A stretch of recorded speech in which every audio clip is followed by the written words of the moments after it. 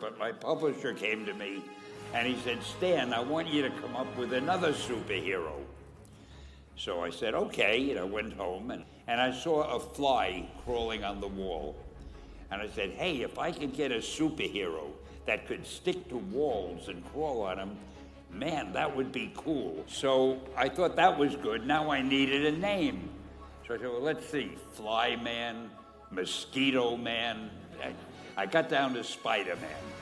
Spider-Man. It just sounded dramatic. So, okay, I had my hero, I had his power, his name, and then I figured just for fun, I'm going to give him personal problems.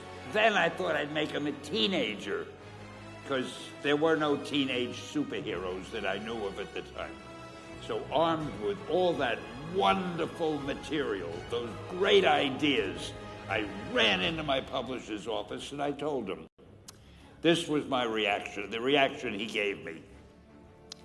Stan, that is the worst idea I have ever heard. First of all, people hate spiders, so you can't call a hero Spider-Man. You want him to be a teenager? Teenagers can only be sidekicks. And you want him to have personal problems? Stan, don't you know what a superhero is? They don't have personal problems. Well, I left the office disappointed, but obviously a much wiser man. And I couldn't get Spider-Man out of my system. So we were about to kill a magazine. I think it was called Amazing Fantasy.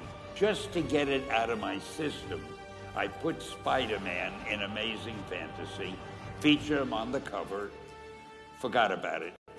A month later, all the sales figures came in. My publisher came racing into my office. Stan, you remember that character we both loved so much, Spider-Man? He said, let's do him as a series. Now, why am I telling you this? If you have an idea that you genuinely think is good, don't let some idiot talk you out of it.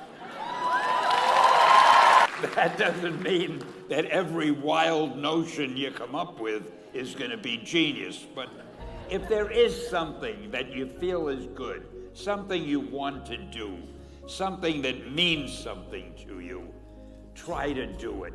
Because I think you can only do your best work if you're doing what you want to do, and if you're doing it the way you think it should be done.